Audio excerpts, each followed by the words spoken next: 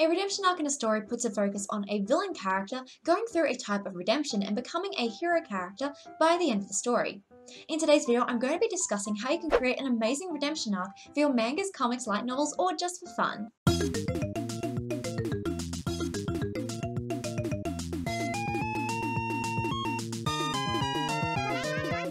First of all, before you begin creating a character redemption arc, you first need to ensure that your character actually meets the right criteria for a redemption arc.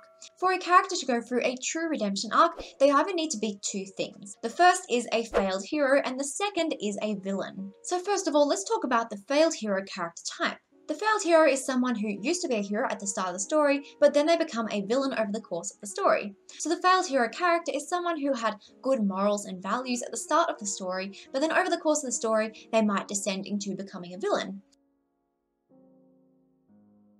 Failed hero characters can remain a villain for the rest of the story, which is the case for many failed hero characters. However, for your circumstance, when you're creating a redemption arc, this failed hero character would likely start as a hero, become a villain, and then eventually redeem themselves back into becoming a hero again. Now, the second type of character that can go through a redemption arc is a true villain. A villain is a character who is someone bad from the start. From the very beginning, you reveal their bad morals and values and show what really makes them into the villain character in your story. So this is the type of character that needs to have certain qualities, which we'll discuss later on in this video, in order for this villain to be able to shift and redeem themselves into becoming a good character. Any character can go through a redemption arc, provided that they meet the correct criteria for having that redemption. There are 4 criteria your character must meet if you want them to go through a realistic redemption arc. First is that they must have redeemable qualities. The second is that the change must be foreshadowed. The third is that they must have a turning point. And the fourth is that the other characters must acknowledge the change. So let's start with the first one. They must have redeemable qualities. So what is a redeemable quality? In order to decide how to make your villain character into someone redeemable, you need to consider what must be changed for that character to be redeemable. To decide if a character can be redeemed or not, you need to consider what the villainous character actually does that is so bad, and if that bad thing can be shifted into something good. So here are some examples of ways you could have a villain character but give them redeemable qualities that makes it easier for you to shift them into a redemption arc and turn them into a good character. While your character might be a thief and steal a lot of items, they may steal these items to try and help their family or their loved ones. While they might be working with the villains, it may be because they are trying to save someone close to them. Villains can usually be redeemed if they didn't really want to be a villain in the first place, or there usually has to be a good ulterior motive that makes their actions a little less evil.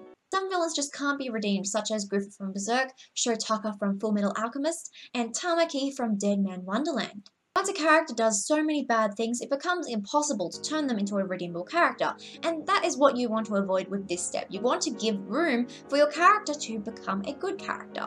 So first and foremost, you want to ensure that you give your character a likable, redeemable quality that means that they have a good ulterior motive around the bad things they do. The second thing you must do is you must foreshadow the change. Regardless of how bad or good your character is, you really must foreshadow the change of them becoming a true hero character, because otherwise it would feel really unnatural if your character is a villain one moment and then a hero the next. You really need some room and some space to hint towards the fact that your villain is going to eventually become a good character. The foreshadowing must happen slowly, and you must scatter the foreshadowing throughout the moments where they might be doing other bad things. Some ways you could do this are your villain character might hesitate before they are doing something wrong. They might have that moment of self-reflection, or they might feel the regret when they have done something bad. Slowly adding this foreshadowing is key because people don't change overnight. There needs to be a slow change, and the more your character slowly shifts into becoming more of a good character, the more foreshadowing you should have. And then it makes a lot more sense for you to finally have the turning point where that character becomes good. So in the third part, you have to consider that there must be a turning point for your character to go through a redemption. Now that you have planned out the foreshadowing, it should be natural to add the turning point. The turning point at this point should feel easy to add once you have led up to it with the foreshadowing. The turning point in a redemption arc is when your character shifts from being a villain to finally becoming a hero. Even if they are a hero with some traits that they still need to work out, this is the point where they do become a hero in your story and they are no longer a bad character. And the final criteria your characters must meet if you want them to go through a natural redemption arc is that you must show the other character's response to the change. By having the other characters accepting or acknowledging your character's change, it makes it more natural in the world of your story. If the character's responses to your character don't change, even after they have gone from being a villain to a hero, then it's pretty unnatural. So you need to ensure that there is a response or an acknowledgement to your character's change of heart. For the villain to become fully good, it's up to really the heroes to forgive them and accept them as being a newly good character, and vice versa with the villain characters. They might likely feel betrayed by this villain who has now become a hero. So it's up to you to decide how each different type of character you have in your story would respond to your villain who has now become a good character. So that's how you set up the character to become redeemable and set them up for the redemption arc. Let's talk about how you can actually set up the redemption arc and present it in a way that is easily digestible to your audience. When writing a redemption arc, I actually like to refer to the 5 stages of grief because usually a villain that is going through a redemption will go through a similar thought process. The 5 stages of grief is a model developed by Swiss-American psychiatrist Elisabeth Kübler-Ross, and it specifically focuses on people struggling with grief and the different stages that they may go through to overcome this. I found that these grief stages can actually apply a lot to creating a villain character, because when a villain is becoming a hero, they go through similar grief stages because essentially they are letting go of their old self and they are becoming a new character, and that causes a lot of grief when they are looking back on their past choices and decisions and betrayals by the people who are close to them. So now I want to talk about the 5 stages of grief and how this can apply to you developing a villain to hero character in your story. First is denial. So in the case of a villain, this might mean that they start denying their villainous traits. However, this can actually go both ways. In the beginning of a villain's arc, they may begin to deny the things that they believed in the past. They may deny their morals or their values, and that kind of denial is the start of their villain arc. Now, as the story progresses and they start becoming more of a hero character, and other characters might start noticing their good sides, they may start to deny the hero. They may say, no, I'm not made for this. I'm not a hero character. They might look at the other hero characters and deny the fact that they are becoming like those other characters because it's hard for them to accept it. This denial should go back and forth over the story, as they are having moments where they are denying their villainous side, but also having moments where they are denying the fact that they are becoming a hero. The second stage of grief is anger. After the denial stage, the villain character will likely go through a period of anger, not only at themselves for maybe falling down this villainous path, but also to the people who may have lied to them or betrayed them throughout their life.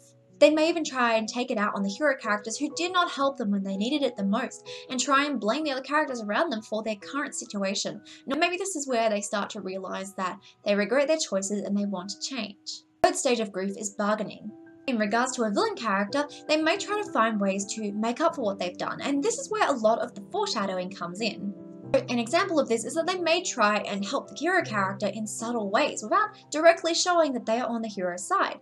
And they may also try and bargain with the villain character, the main villain that is controlling them, in order to buy themselves more time or to get out of a dangerous situation. This bargaining comes in various ways depending on the type of story that you are telling. The fourth stage of grief is depression. The villain character may come to a point in the redemption arc where they believe it is too late for them. They have done too much that is wrong and they feel regret on their choices. They feel sad about where they are in life, and they get into a stage of depression where they don't really know where to go next. They may not believe that they can do anything to change now because they've done too much wrong, and this causes them to fall into a very depressed state. And the fifth stage of grief is acceptance. For a villain being redeemed, this is when they finally let go of their villainous side and they decide that they need to change. And for some characters, this might be hard for them. It might be hard for them to acknowledge the fact that they can no longer be a villain. But for some villains, they might realize that this is the change that they needed to take all along.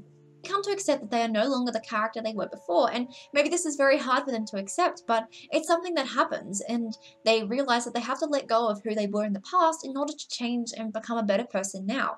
Once a villain accepts that they are now a hero, and likely their heroes begin to accept them as one of their own, it's likely that the villain will find a new meaning and purpose in their life, and that is a really important stage in their character arc as well. Our previous purpose was to be a villain, whatever that means in your book, but now they must find a new purpose, one that is more heroic and good. Finally, to finish up this video, I want to talk about how you can make the redemption arc in your story feel realistic and believable, because you want to ensure that the redemption is believable in your story. You don't want your readers to be looking at this villain villain character and going, there's no way that villain could become a hero. And you don't want to make it feel unrealistic as well when the villain drastically changes all of a sudden to becoming a hero.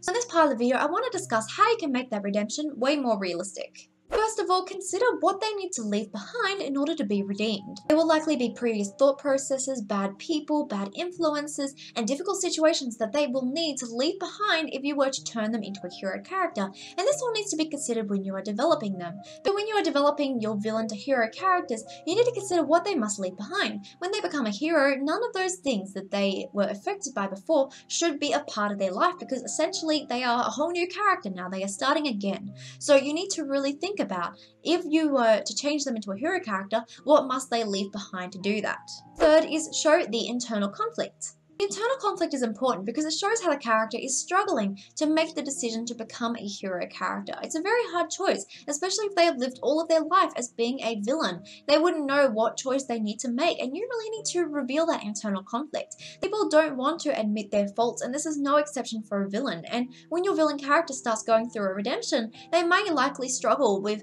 thinking about the wrongdoings they have done. They may regret their actions, and they may think about the choices they will make in the future.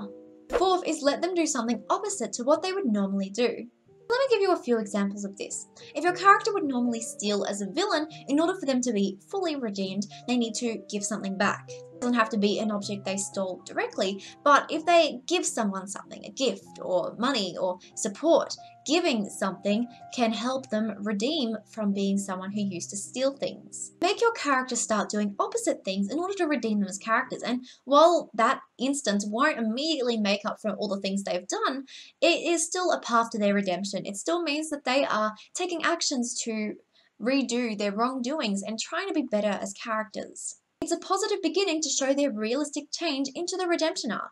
Finally, my fifth tip is show the results of the change. We mentioned this earlier as acceptance, but showing the results of the change is really important to all the characters in the story. You really should show what has changed now that your character has become good. It may help people more. They may try and forgive themselves for what they've done, and they may just try and do more opposite things, like I mentioned in the last tip, in their day-to-day lives. They may just really try and be a better character and make up for the things that they really regret doing when they were a villain. It may be a big internal conflict and struggle for them to go through, but it is something that your character should go if you really want to turn them from a villain to a hero. That's how you redeem a villain into a hero, and it can be a difficult process, but if you break down the steps and really show the different structures of how your character may turn like that, it can be fun and easy to do it. I hope you enjoyed this video and it helped you with your creative projects. So thank you so much for watching my video today, everyone. I really hope you enjoyed it. If you did, please let me know in the comment section down below. Tell me about what characters you're creating in your redemption arcs, because I'd really love to hear about it. Feel free to chat with me on any of my social media at @MeowsCross, because I always enjoy hearing from you. Again, thank you so much for watching, and I'll see you in the next video. Bye!